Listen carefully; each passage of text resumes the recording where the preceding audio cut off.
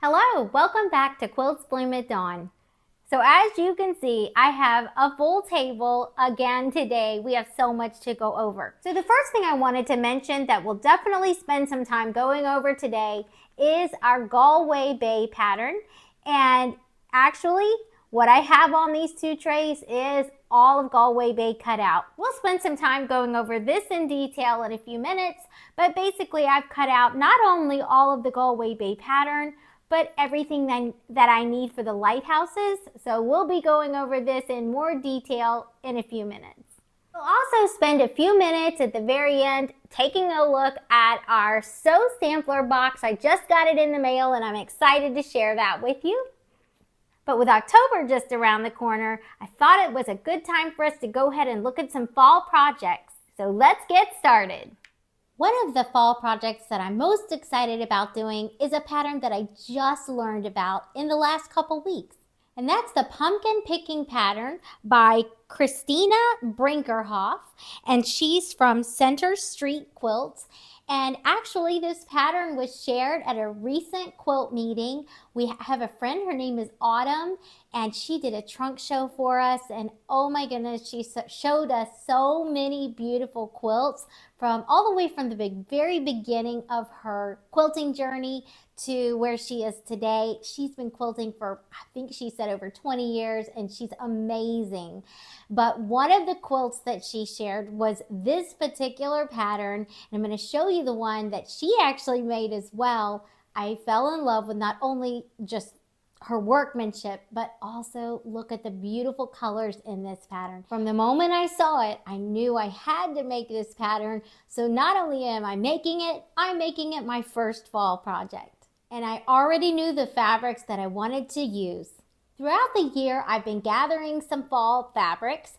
The first fabrics that I came across was actually in the middle of the summer. We had our local quilt show, and one of the vendors had these adorable little bundles that I just fell in love with. This happened to be one of them, and it turns out it's Corey Yoder's Cozy Up collection. Well, unbeknownst to me, several other fabrics, some I already had, a couple others I got after this. Turns out they were all from the same collection. All of these are Corey Yoder's Cozy Up collection. So you know I must love it if everywhere I go, I keep buying another print from the collection. So these are the fabrics that I'm primarily planning to use. Another fall project that I'm really excited about is the Maple Sky Remix pattern, and this is by Sherry McConnell. Now if you notice, this is just a bunch of fall leaves, but it's so beautiful. I love the way this pattern is made with basically two blocks. You have one large leaf, and then you have another block made of 4 small leaves. And I just love the way that came together. I also really like that I noticed on the second row, she had some of the leaves upside down, which you think about when leaves are falling, that's what they're doing, right? They're not all just perfectly in order. And I kind of like the way this just has a scattered look to it. This is another one of those patterns that I was really hoping to make this season. And one of the collections that I have fallen in love with this year has been the Sandalwood collection by 3 sisters. See from my stash right here, this is definitely a collection I really like. Matter of fact, it's really not exclusively a fall fabric line. In my home, I felt like this would give me that fall look that I was hoping to achieve, but I'm likely going to continue using these fabrics well beyond fall and certainly into 2026. While this isn't your traditional fall colors, I definitely could envision this, especially as fall leaves. I ordered the digital version of this pattern, and in the pattern she actually includes 2 different options. You can either make the throw size, which turns out to be 62.5 by 76, or you can make a mini size, and that's 21.5 inches squared. So you have a couple options to choose from. I'm likely going to go ahead and make the throw size. Now I'm also thinking of using some of these fabrics to make one of Laundry Basket's table runner patterns, and it's from the Fall Trio pattern bundle. In this pattern bundle, you can choose from making a basket table runner, some fall leaves, or some pumpkins. Definitely planning to make the fall leaves, but I may make the pumpkin one as well. One more fall project that I'm hoping to do, and I would definitely say this is the simplest and the fastest pattern to pull from, and that is the Cranberry Chain by Laundry Basket. If you notice, this is basically a bunch of squares along with some 9 patches. I can already tell this pattern is going to go together so quickly because you're able to make strip sets in order to make those 9 patches. That coupled with the squares, we could get this chain pieced in no time at all. My plan is to use some fig tree fabrics for this project. And as you can see, I had a little bit of the denim and daisy left over from last year, but I've definitely collected some of the Agatha Road. However, I really love the blues from the denim and daisy from last year. So I turned to Etsy and I'm so excited. I was still able to get some of the blues from denim and daisy. I really didn't need any more oranges or even the creams. I felt like I had enough there. Literally, this was nothing but the blues, and that's really all I needed. So if you're looking for some denim and daisy fabric, most of the shops are not selling it anymore, but you're likely to find some on Etsy. So between this plus what I already had, I know I'm gonna have plenty to make this cranberry chain. Not only is this pattern gonna be quick and easy, it also provides the dimensions for several different sizes, anywhere from a small like 48-inch square to a 72-inch square, all the way up to a 96-inch square. So I'm excited to do this one, but I'm likely gonna save this as my 3rd project, but I honestly think it's gonna be the quickest project. So while I'm saving this project for last, because it's so quick and easy, I'm determined to fit it in before I turn to Christmas projects. During the last video, I shared a number of fabrics that I was hoping to use in my Galway Bay quilt. Some of those were the Nantucket Summer, but I was also incorporating some of the Shoreline collection and then a few other fabrics sprinkled in. I also shared that instead of going with a white background, this was the first time that I was going to make this quilt actually with a blue. I thought I would take a few minutes and go ahead and just show you the different cuts, as well as some tips that are going to help you as you prepare to get your fabrics cut. So I have all of my cut fabrics divided on 2 different trays. Now this tray is actually nothing but all the pieces that I need to make the lighthouses. For those that are just tuning in, the Galway Bay pattern does not include lighthouses, but I'm planning to incorporate them, and I'm going to share in the description a pattern that I used in the past to make some lighthouse blocks when I made this previously. So like I said, I've incorporated them before and I've been excited to do it again. So we're going to go over the lighthouse fabrics in a few minutes, but I thought we'd go ahead and start with looking at the fabric cuts for the actual Galway Bay pattern as is listed in the pattern. So the pattern actually provides the fabric amounts that you're going to need for the background, but for the prints, they're assuming that you're using a layer cake. If that's what you're using, you can follow their instructions just as listed. However, if you're like me and you're pulling from scraps and fat eighths and fat quarters as well as fabric by the yard, then the way that they have listed cutting the fabrics isn't really going to work for you. So when this happens, what I typically do, and it is a little bit of math, I basically start figuring out what I actually need. And I'm also determining, am I making it the size they list, or am I maybe making it bigger? In this case, I am making it bigger. I've decided to make mine an actual king size. So obviously I'm gonna need a lot more cuts than what they list. Now, as I mentioned in the last video, because this pattern is pretty fluid and I'm adding in lighthouses, I really am not sure how many houses versus boats versus lighthouses. I haven't really decided all of that. I just know I wanna have enough when I put on my design board to make a king size. And whatever I have left over, I'll use those to make the shams, decorative pillows, or I may even make table runners. I mean, I basically have lots of options at that point if I have left over. I'm focused more on making sure I have enough.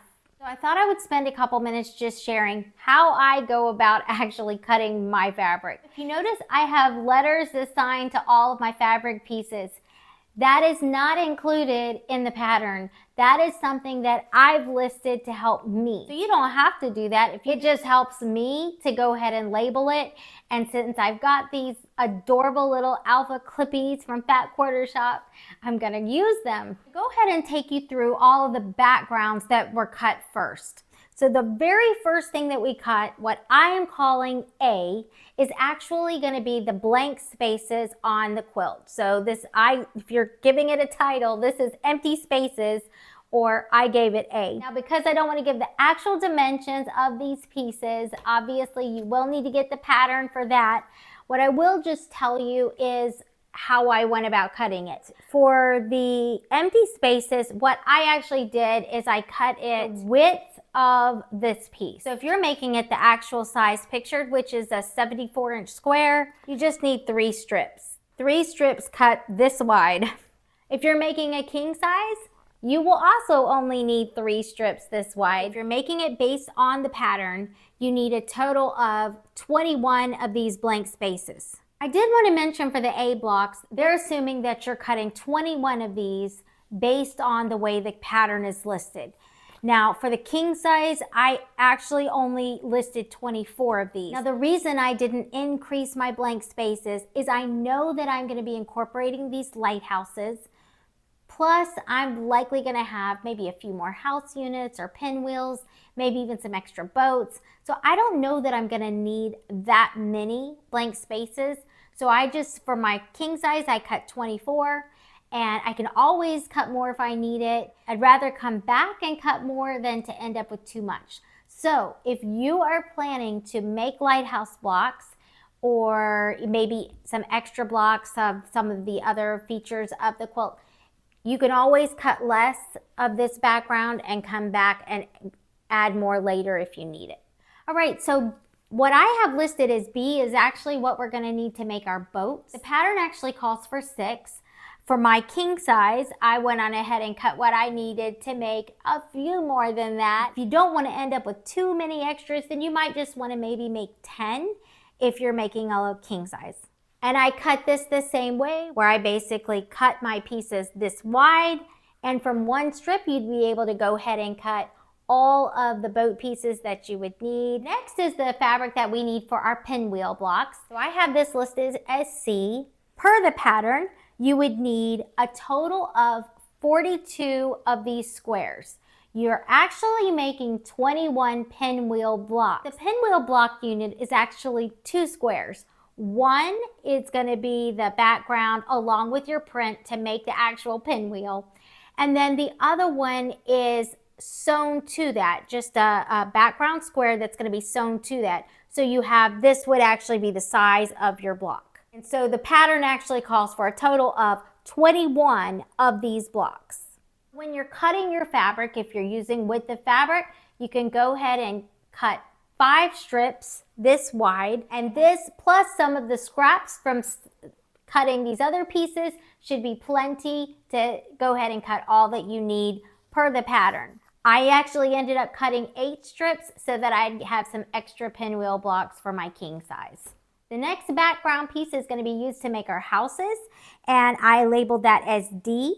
If you're making this per the pattern, you would need a total of 8 strips cut width of this piece. 8 strips cut width of this piece would actually provide you with a total of 88 of these rectangles, which is what you need because you actually are making 44 house units and you need 2 of these squares to make each one. For my king size, I actually cut 11 of these to get my total number that I would need. The next strip that I cut was actually for the boats, and we need a total of 12 of these if you're making it by the pattern. If you're cutting this based on the width of this, you really just need 2 strips cut, and that'll be all that you need to make for the actual pattern. If you're making this king size, that's still all that you need. Just 2 strips cut this width. Also for our boat units, we're actually going to need these little squares, and this will be to give the boat its shape at the bottom. So we're going to do a folded corner in each side. So that's what these are for. So I have this labeled as F, and let's see, based on 6 boats, you would need a total of 12 of these squares. So honestly, you can just use up the leftover from what you did for E, or if you need maybe one more strip, you can always cut one more, but I think you'll probably have plenty of scraps left over to go ahead and cut what you need from that. The last piece that I cut for my background for this was my inner border, and per the pattern, they have you go ahead and cut 7 to 8 strips if you're making it actual size. I actually cut 12 of these to make my king size. The next thing I went on ahead and cut was what I needed for my boats. So this brown is actually going to be the bottom of the boat, and this is going to be the piece that comes up from your boat like this to give it that look. So you just need one of each of these for each boat that you make. So if you're making 6 boats per the pattern, then you would need to go ahead and probably cut 2 strips the width of this to go ahead and get the total number you need. And for this small piece, you would probably just need one of these cut width of strips. So it's not a lot of brown fabric at all, just enough that you need to make those boat pieces. Now we finally made it to our prints. And so the first thing I have, and I listed this as H, and it's the fabric that I need to make my pinwheel blocks. So what you're actually going to end up doing is taking one of those squares plus one of those background squares, and you're going to put right sides together. Of course, we're not to this point yet, but you'll end up sewing around the entire thing and then coming back in and subcutting, and that will give you all of your half square triangles that you need to make your pinwheels. Always fun, and they're not that difficult, so we'll definitely have some fun with these. But I enjoyed just picking the fabrics that I was going to use to make all of my pinwheels. So if you're making it per the pattern, you're going to need 21 of these squares. If you are making a king size like I am, I ended up going with 32. It may be a little too many, but I'd rather have a few too many than not enough. Make these house units, you actually start out with a larger rectangle, and then you'll subcut them into 2 more smaller rectangles. And for these house units, per the pattern, you'd need a total of 44 of these. If you're making a king size, I actually went on ahead and made 60 of these. So when we make these house units, we're actually going to take 2 of these backgrounds here. We'll actually end up folding the corners in each of this. It's a little bit different way we do that, but we'll go over that when we start making it to get that high peak like you see on those on the quilt behind me. And then once we have that done, then we're going to take these subcut little rectangles. They'll basically get sewn into a unit along with a door piece, which I haven't shown you yet, but that door piece will be in the center. So we'll sew these 3 together, and that'll get sewn on to make the little house. So it's these adorable little house units. You basically can chain piece these and make these in no time. It's actually fun. So again, you need a total of 44 of these, and then again, they'll initially be longer rectangles. You'll go ahead and cut those, and then you'll subcut 2 more of these rectangles off this, and then we'll end up sewing these back on with the door units later on. So you'll want to make sure you go ahead and keep your pieces together. So mine got separated, so I'm going to have to find their matches at some point, but right now they're just kind of all mixed up. But if you want to save yourself trouble, keep it together and so all your pieces match up.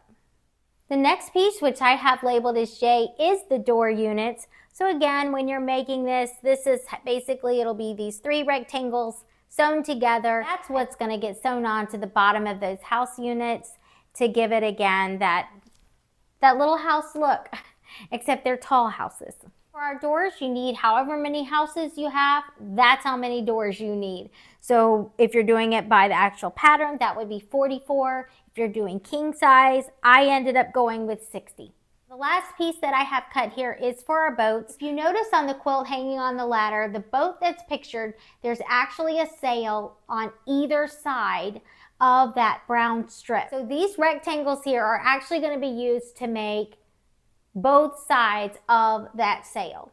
So you just need one of these rectangles for each boat. If you're making it by the pattern, that would be a total of 6 rectangles. If you're making king size, I would likely make 10 to 12. My recommendation is break this down. Don't try to do it all in one sitting. I actually spent one day just working on my background cuts, and then another day again trying to salvage everything I could from scraps. I would just starch as I went along. Now you absolutely do not have to starch. Matter of fact, I've made this quilt 3 times. This is the first time that I've actually starched my fabrics. All right, I'm gonna set this one aside and I'm gonna show you what I ended up doing for the Lighthouse blocks. So the pattern that I used for this is gonna be included in the description. It's gonna be a link you can click on. I actually found this pattern off Etsy. It's a Lighthouse quilt block pattern, and it's by Jillian Yawn from Refine and Shine Design. And like I said, I've made this already once and absolutely love the way it turned out. And I really like the way that she provides so many options you can make. I mean, literally, she provides, let's see, 1, 2, 3, 4, 5 different block sizes. So you really have a lot of options. I will tell you the block size that I went with to incorporate into the Galway Bay pattern is the 12 by 18 inch block size.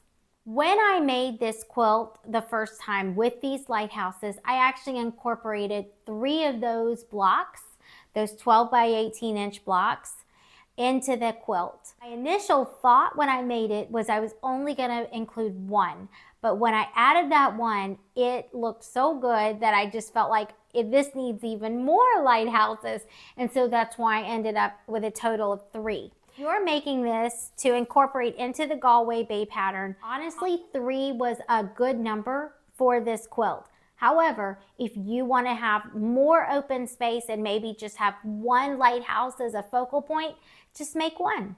If you're making a king size, I don't know how many I'm going to incorporate yet.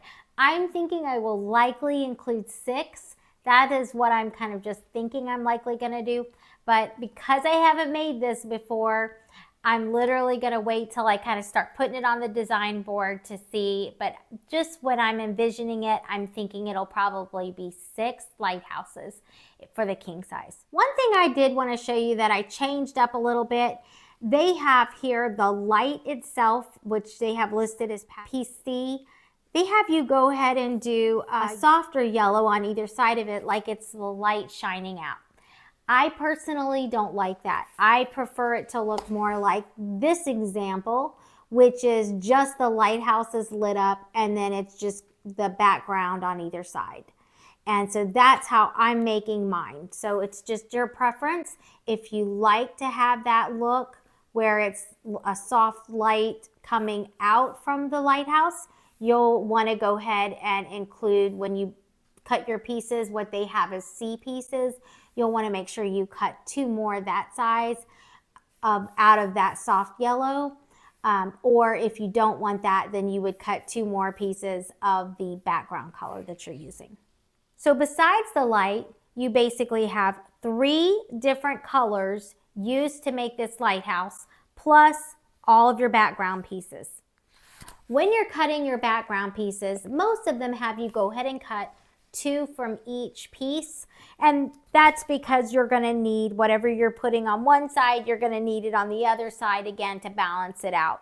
But the pattern itself is going to tell you the actual numbers you're going to need, along with the dimensions you'll need to cut for each of these background pieces. So I'm not going to take the time to go into that. This pattern is so well written and very clear. I don't think you'll have any problem knowing exactly what you're going to need to cut. The biggest challenge for me was deciding what fabrics that I wanted to use. So I ended up cutting a variety. So for example, I'm just going to take one of my cuts here. So if you can see, I have some of these darker blue, like almost navy colors. And I have a couple of the white with the dark blue. So see how those play nicely together? And then look, I could even incorporate this into it. Isn't that so pretty? So that right there could be one of my lighthouses. And I cut a variety like this of all the different pieces. So when I put my lighthouses together, I'm literally just going to be pulling different fabrics to kind of create a look I like. So between all of these, I'm going to have enough to make really 6 beautiful lighthouse blocks. Now you notice I have all of my pieces labeled. The great thing about her pattern is it does include labels, so all of her pieces are labeled to make it easier for you. When you go to cut yours, it'll be very easy to see how many you need of each piece. And it's basically very clear that you have your background, the little bit of yellow, and then 3 prints to make each lighthouse. A small amount of one that's used to make just this lighter red in the top.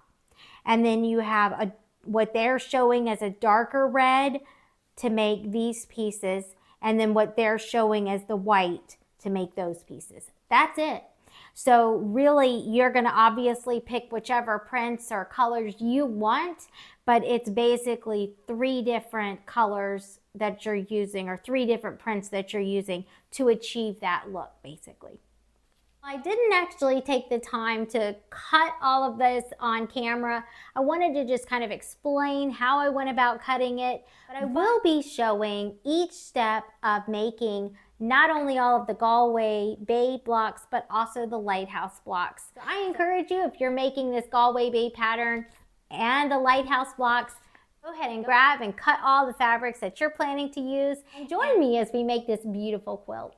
As promised, I wanted to go ahead and share what came in the Sew Sampler box this month. By the way, if you don't know what a Sew Sampler box is, this is from Fat Quarter Shop. You can subscribe to this monthly quilting box that comes. I absolutely love the way they include fabric, notions, a pattern. Everything always goes together. Some boxes, I love everything in it. Some boxes, maybe not so much, but I'm always intrigued. And I like the fact that some of these boxes definitely keep me challenged. So if you're still waiting on your box and you don't want to know what's in it, you'll definitely want to go ahead and fast forward the video. For those that do want to know though, let's check it out. Okay, so it looks like the title of this one is Bees and Braids. So on the back of this cover, it always includes an alternate quilt idea. In case you don't like the pattern that comes in the box, they actually have another one for you to make. Also included is some sort of a coupon code, and I'll tell you this time, it's a coupon code, provides a promo code to receive a free 9-inch jelly braid paper with my next $40 purchase. All right, so let me check it out and see what else is in here. Well, I see a jelly roll. Let's see which one this is. This looks like a junior jelly roll from Moda, and it's from the collection called Sun Drenched by Sweet Fire Road. And this looks absolutely beautiful, and actually I think it would be really pretty for fall. I don't know if I'm gonna have time to fit another project in, but I might try. This is a beautiful collection. Okay, and it looks like they've given us some triangles on a roll, 5-inch jelly braid paper. So obviously we're gonna be using this to do some paper piecing, and let me check out the pattern. Okay, so this is called Dutch Braids Table Runner. Oh, that's pretty. So if you watched Kimberly Jolly on National Jelly Roll Day, she actually demonstrated how to use this paper, and she used a jelly roll to make that. So that's a great opportunity to see this demonstrated. All right, so we also have the next block of the flowering sample quilt. So in addition to a full pattern, every Sew Sampler box includes the next block to basically make a block of the month. And so this is the next block in the series. So this is block number 6, and the name of this sew along is called Flowering. So also, oh my goodness, look how cute. It's a clover seam ripper in that beautiful pink color. And what else is in here? Now this is something I definitely actually had been eyeing, and I'm really excited she included this in the box. This is a quilt project book from the Fat Quarter Shop. And I love it. It has a listing of all of your projects. This is something that's right up my alley. I would definitely list all my projects out on here. So over the course of a year, you would be able to see exactly what you made.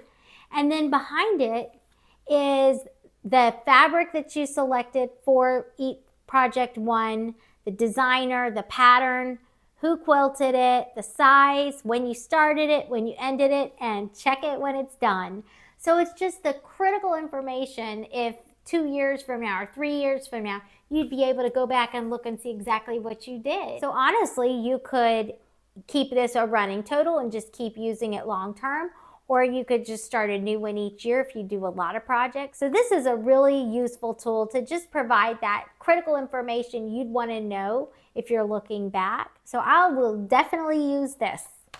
And then also within each box, she always includes a detailed card that goes into each item that's included in your sampler box. So honestly, when I get this, I keep everything together and I just spend time, usually a couple times I'll pick it up and just go back through each item that's in it. Well, thank you so much for joining me today. We definitely jumped around. We started talking about some fall projects that we're looking ahead to, and then we jumped back into Nantucket summer and our Galway Bay, which is definitely more of a summertime project. But I do thank you for joining me today. For those that were wondering, I did finish the Blue Willow quilt top. So hopefully I'll be sharing that with you soon. I now have 3 quilt tops, the Blue Willow, the Hearth and Home, and that extra quilt that we threw in on National Jelly Roll Day, which is the Strippy Spools. So I now have 3 quilt tops that I need to get busy working on, both basting and then start quilting those projects. So I'll definitely keep you posted on the progress of those. Thank you so much for joining us today. And if you're enjoying these videos, I encourage you to subscribe, give us a like, feel free to leave a comment, and make sure you share it with your friends. Until next time, happy quilting.